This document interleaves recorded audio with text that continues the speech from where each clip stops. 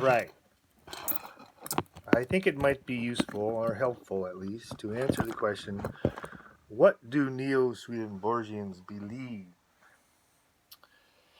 Um, because while I often say that this is not a religion, it's a philosophy, it's a worldview, there, there are some, there is one major thing which I think would answer that question well. And that is that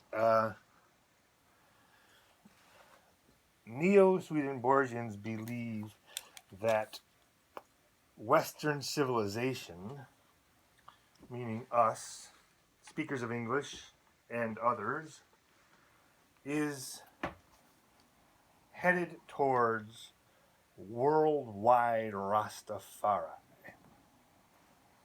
Um, by this, I mean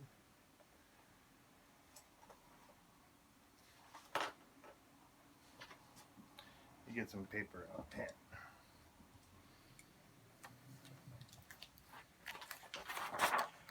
The Hebrew year 6000 is the beginning, supposedly, the beginning of 1,000 years of peace. And we, whether we like it or not, are part of Judeo-Christian culture, which does not mean you're Jewish and it does not mean you're a Christian. But Judeo-Christian culture is like a huge ship that we are passengers upon. And this ship is headed somewhere, or to put it in another way, the people of the book, which if you listen to me, you know what I mean by that.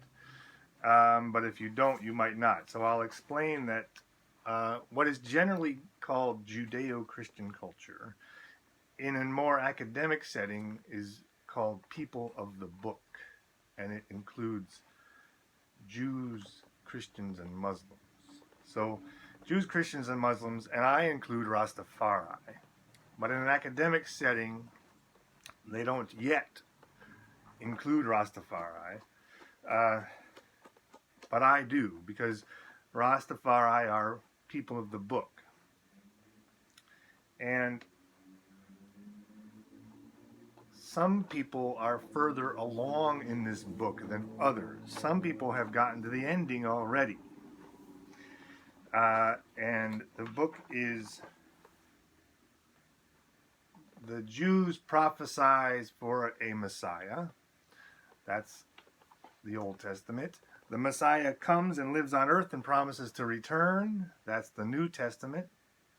I'm not going to comment on Islam at this time, but according to the Rastafari, Jesus' promise to return has been fulfilled in the person of Haile Selassie, the Emperor of Ethiopia, the conquering Lion of Judah, King of Kings, Lord of Lords.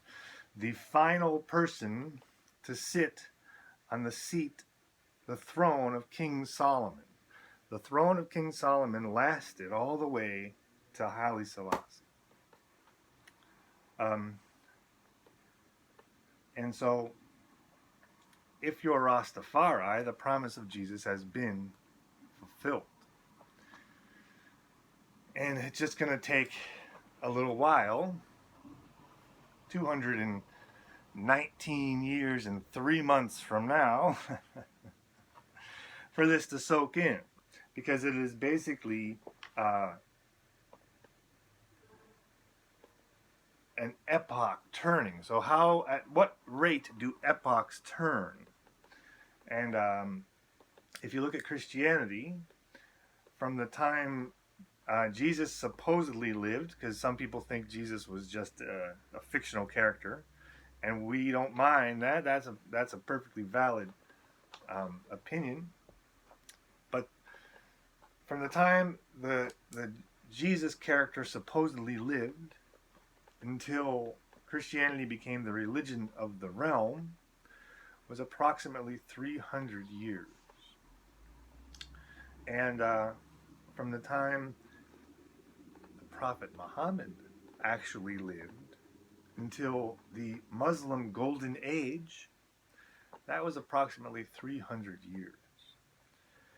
And the year 2239, which is the Hebrew year 6000, which is supposedly the beginning of 1,000 years of peace on Earth. Well, what happens approximately 300 years before 2239 is Haile Selassie happens. Haile Selassie is on the cover of Time magazine all over the entire world, declared to be the conquering lion of Judah, which at the time was one of the things they called the Emperor of Ethiopia. So it's kind of an honorific, but it's also somewhat prophetic. And so Neo-Swedenborgians believe that Rastafari are correct, and they have gotten to the end of the book. But you can go along with this without changing who you are. So if you're Jewish, you can be a Neo-Swedenborgian and still be Jewish, because it's not a belief. You can be Christian. You don't have to become a Rastafari. You can just be whoever you are. You're fine just how you are. But what Neo-Swedenborgians believe is that the world is headed towards a worldwide realization and a worldwide agreement that we are part of a culture, and that this culture has a certain direction and momentum. And this culture is headed towards worldwide Rastafari. All right, I hope that's clear enough.